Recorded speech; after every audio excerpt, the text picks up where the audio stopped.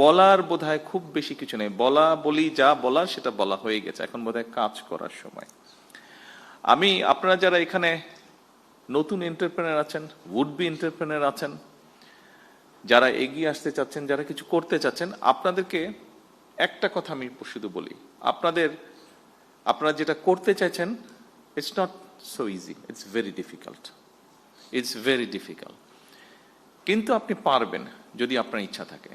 আমি আমার লাইফের ছোট্ট একটু বিষয় তুলে ধরতে চাইছি। আপনাদেরকে নিরুৎসাহিত করছি না, আমি আপনাদেরকে উৎসাহ দিতে চাইছি।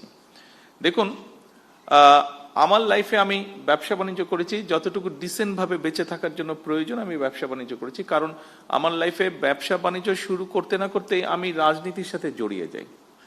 দুটো জিনিস একসাথে চলে না, কিন্তু বেঁচে থাকতে হবে, সেই জন্য যতটুকু ব্যবসা বাণিজ্য করা প্রয়োজন ডিসেন্ট লাইফের জন্য আমি ততটুকু করেছি, বাকি সময়টা আমি আমার রাজনীতির জন্য দিয়েছি। এখানেই আমি ঠিক করে নিয়েছি যে এখানেই আমাকে এগিয়ে যেতে হবে।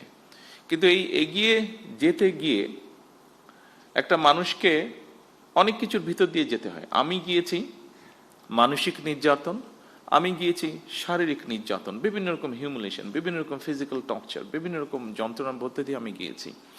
অনেক ধৈর্যের পরীক্ষা দিতে হয়েছে। তারপরে আমি আজকে আলহামদুলিল্লাহ আল্লাহর রহমতে একটা জায়গায় এসেছি।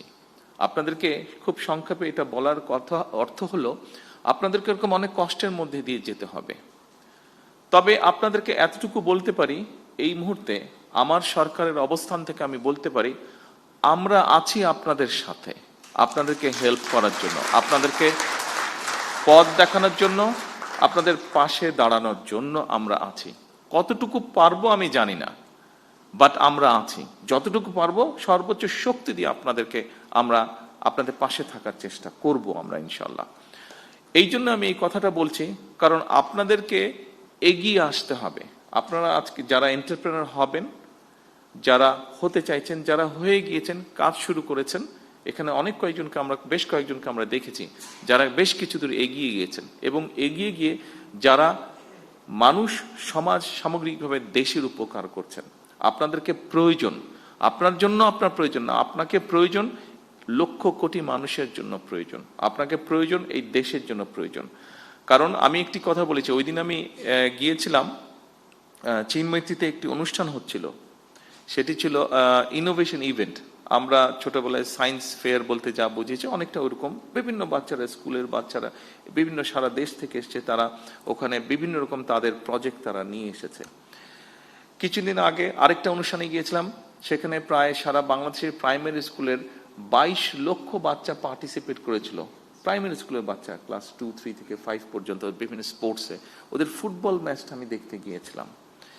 এই দুটো ইভেন্ট, বিশেষ করে এই দুটো ইভেন্ট দেখার পরে আমি অ্যাকচুয়ালি, যেহেতু আমি রাজনীতি করি, মাঝে মাঝে হয়তো হতাশ হয়ে যেতাম, বা এখনো মাঝে মাঝে কিছুটা অনেক ক্ষেত্রে বেশি হতাশ লাগে। কিন্তু এই বাচ্চাগুলোকে দেখার পরে নিজেকে খুব কনফিডেন্ট মনে হয়েছে। এই জন্য কনফিডেন্ট মনে হয়েছে। আর আজকে যখন আপনাদের কতগুলো কাজ দেখলাম, আপনাদের কয়েকজনের বক্তব্য শুনলাম, তখন নিজের কনফিডেন্সটা আজকে আরো বেড়ে গিয়েছে।